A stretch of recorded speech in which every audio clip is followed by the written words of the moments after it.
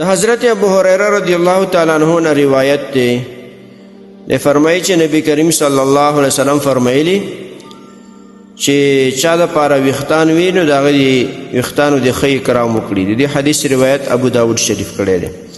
محترم مسلمانانو ورونو محدثین فرمایي چې د وختانو اکرام دا دی چې حسب ضرورت پاغه باندې تیل ولګي غوړی کی نګیروي غوړی کی سروي غوړی کی پاغه کی ګمنځ وهي.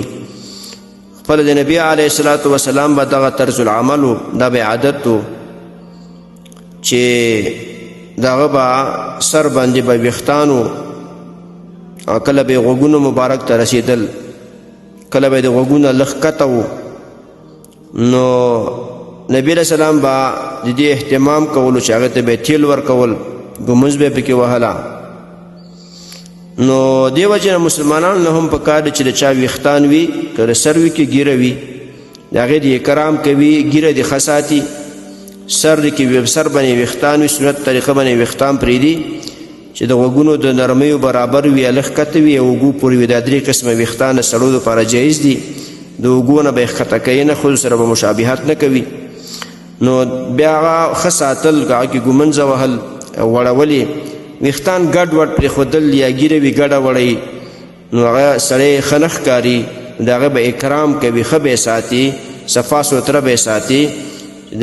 د مسلمان په ګیره باندې زینت وي د مسلمان د پر ګیره خستواله دي نو دیو جنبا ګیرم صفا ساتي او سر وختان کې وی هغه سم ساتي.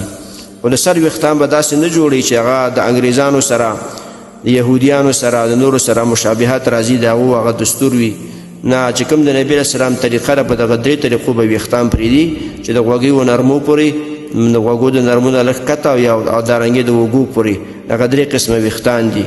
دې وجه نه کړه چا وختان وي هغه اکرام کوي خې ساتي. محترم مسلمانانو ورونو تاسو ته چې کوم روزانه د حدیث د مفهوم راځي نو د مهرباني او د ثواب لمخې نور مسلمانانو ته لیک دوی او شیر کوي. والسلام.